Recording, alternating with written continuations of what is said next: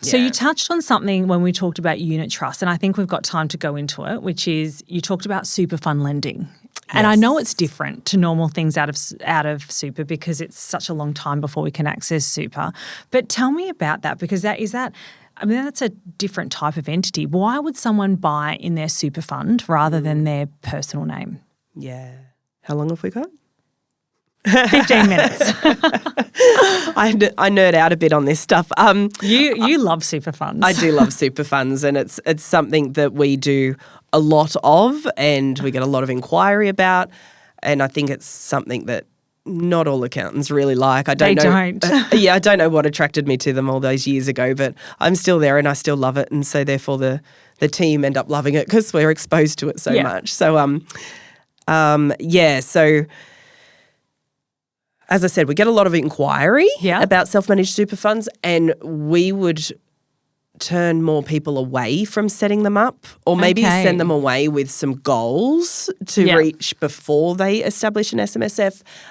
Then we actually jump in and assist with. Yeah.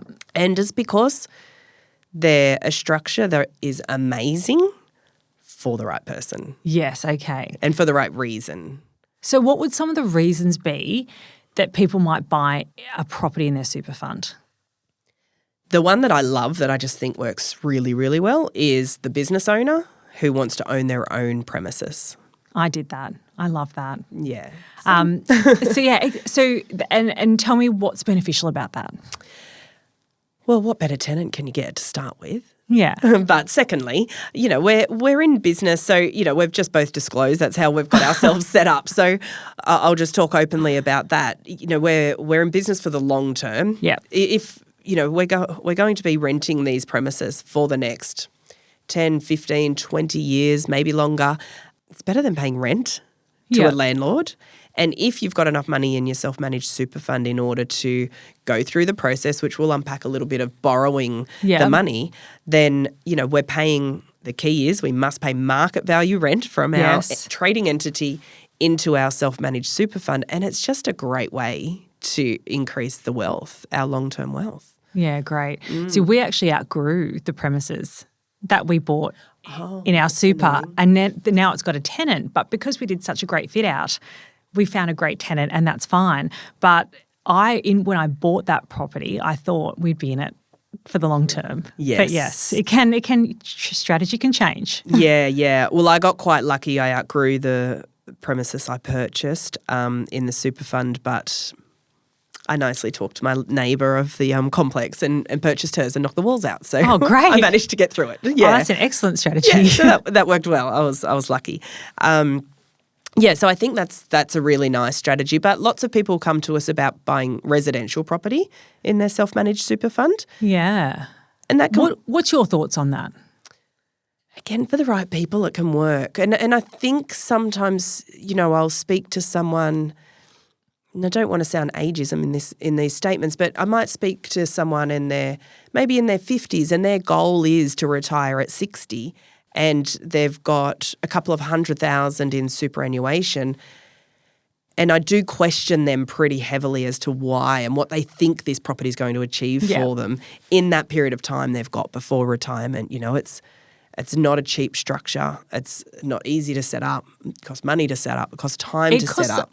They're quite pricey to set up, the self-managed super funds. Yeah. I always, there's a lot of people who maybe come to us that have been wanting to buy residential property in super, and it's because they can't buy residential property in super. They've come straight from a property spruiking seminar. They've said, this is what we're going to do. We're going to put every cent we've got into super to buy this brand new property that just happens to be that this developer's selling them from this seminar that I've been to.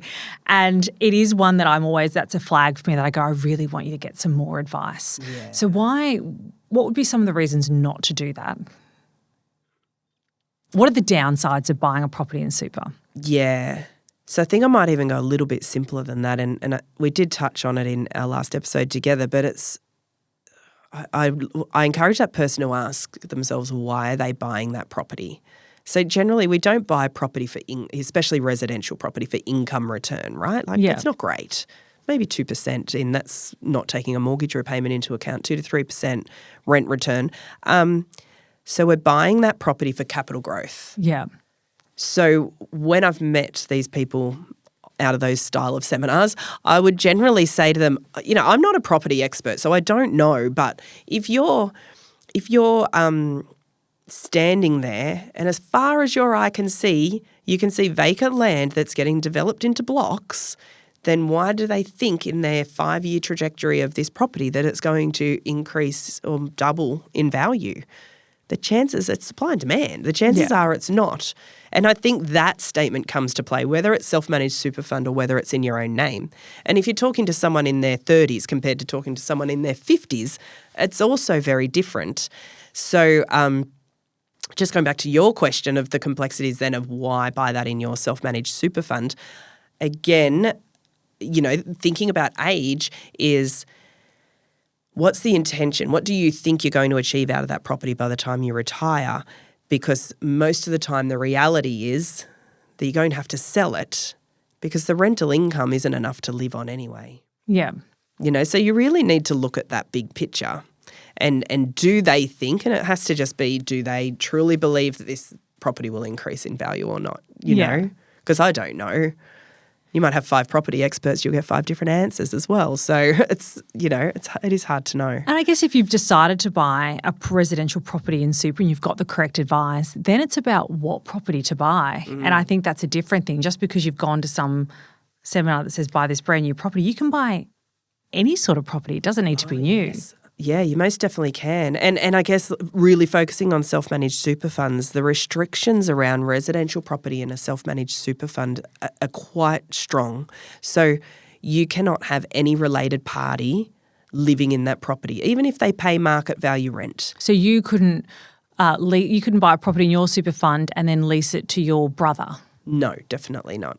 The scope of the ATO's related party is really quite broad, but, I can't even rent it to my uncle, It's quite broad who you can't have in there. And you definitely can't use it yourself if it's a holiday house. Yeah, okay, that's a common one. Yes, really I hear common. people say that that's their plan. Yes, and they plan on living in it.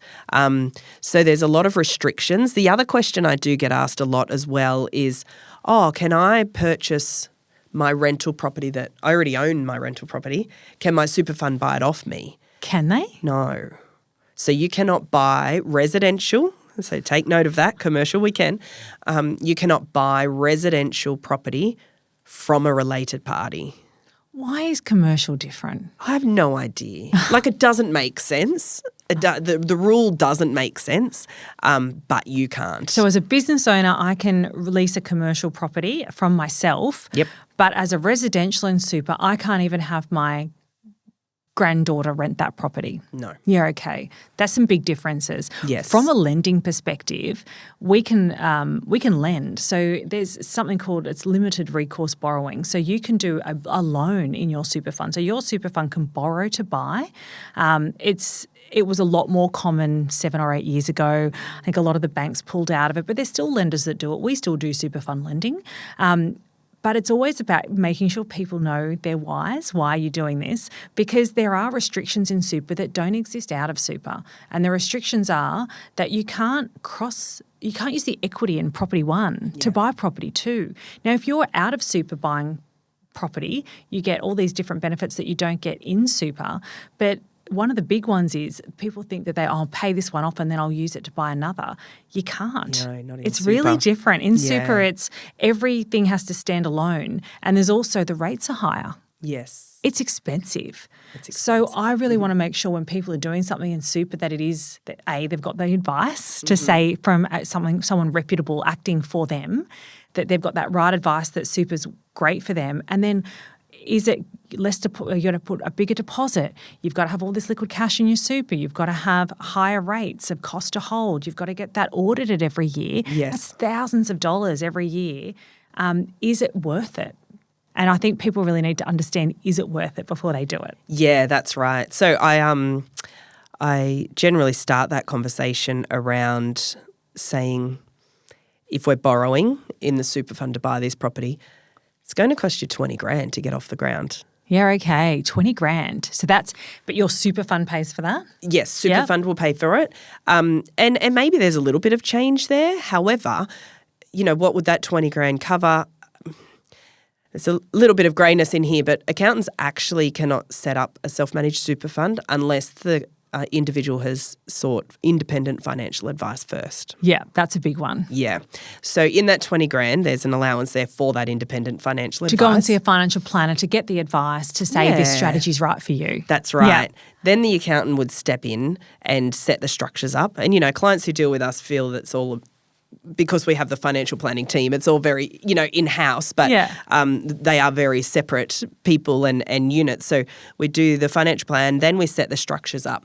Then you can, start rolling all the money over from your other super funds and speak with your broker. So that 20 grand allows for some financial advice fee, the structure costs, and then the application fees, and you're better to talk about this, but there's generally some pretty decent application fees to the banks. Yeah, I would say 5. I would allow 5. And then the solicitor, you're not generally seeing a conveyancer in these instances. You're generally seeing a solicitor, and they're costing a little bit more than a normal purchase because they're having to look through all the documents that are in the establishment. Everything's just a little bit more complex, So for someone that it did work for somebody so they've considered all these costs, they've considered the negatives, what are some of the benefits of having there's so property many benefits, in super? right? That's why we're there. We do it. Yeah. So the first is that superannuation, not just self-managed superannuation, but all superannuation pays tax at 15%. That's very different to what I'm paying tax at. Yes, that's right. So it's cheaper than any other structure that we can hold. So, if we were to sit here and think, all right, if we're operating in a company and we're paying tax at 25%, we're paying our rent into our super fund, straight away we're saving 10% of tax between it coming out of our company and into our SMSF. So that's an immediate savings. Now, we then, if we sold a property in a self-managed super fund, we would pay, I'm just going to simplify the capital gains tax calculation, we would pay capital gains tax at a flat rate of 10%. Wow. Okay, so that's really attractive. That is, so I've held that property in super, I've paid it off throughout my career, and then when I sell it, I'm paying 10%. Where out of super, I'd obviously get my 50% discount, and then anything up to you're really paying anything up to your tax rate. Yeah. So when someone asks me outside of super and I really have no other idea about their position, and they say, without a big calculation, how much CGT am I paying? I ballpark to them 25%. That's worst case scenario. You make 100 grand selling a property in your own name, you're going to pay 25 grand in tax. Really rough, but that's near on your worst case scenario. But in an SMSF, it's 10. So you make that same $100,000. It's 10 grand. So that's really different. But the profit's held in your super fund, remember. So if you're 45 and you make that sale, you're still not touching the money until you're 60 and retired. But further to that, you can actually get your self-managed super fund down to 0. Absolutely no tax. Tax-free How do entity. I do that?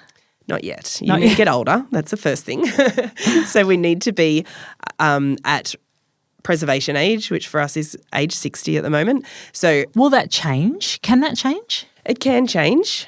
I was 55. And it scaled out to age 60. But when they make those really big changes, there's a lot of notice. Yeah, okay. Right? So I probably am taking a guess of your age, but I don't think we're excluded from it changing in our time period because we've still got quite a while to be able to reach our retirement. But if you're listening and you're in your 50s, I can't control any of this, but my instinct is you're not going to see that age getting scaled out in your time period, because what they do is they give us a few years' notice, and then when we went from age 55 to age 60, it went up by half a year every year. So it went to 55 and a half in one year, then 56 in the next year. So if it was released when you're 54, you might have gone from age 55 to 55 and a half, Okay. So I don't, it's something that's always announced with a lot of notice. So right now, back to our, how do we get our super tax-free? We reach preservation age 60 and retire. Yeah, okay. Okay. And then So I have to be retired? It doesn't, if I'm 60 and still working, I can't do this? 65 and still working, you can do this. Okay. Yes, so there is those two ages, 60 and retired, or age 65. You can still be working your 100-hour a week. And then I'm in preservation, it's called? Pension phase. Yeah. Yeah, that's right. So then that means we're physically drawing money down to live off. Yeah. You're drawing a pension. Okay, so the structure needs to be put there with your accountants can assist you to put in place. So you're physically going to draw down maybe a monthly amount that you're living off. And the moment that happens, your fund is turned into pension phase. The earnings your fund receives are tax-free. So all the rental income you receive is tax-free. Interest income you receive is tax-free. If you sell the property, it's tax-free. Tax-free. And when you take the money out, it's also tax-free. Yeah, that's some huge advantages. Yeah. I knew there have to be some pros because a lot of people are still buying in super. Yeah, it's huge. And I've had a client who sold their investment property they had. It's just over a year ago now they sold that. But self-managed super fund, had it for many years. But a few years back he spoke to me about selling it and he was making $1 million on the sale. So it was significant money. And if you just wait a little bit, we could get this out. And so he made the $1 million and he hasn't paid 1 cent in tax. Wow. With it all structured properly. So it's a really nice structure. What I'm hearing from you is that all of these structures can be of benefit if you get the right advice. Yes. Or if it's right for you. That's exactly right, yeah. You need to look at the individual as a person. There's no cookie cutter solution. Yeah. And then get the structure that's right.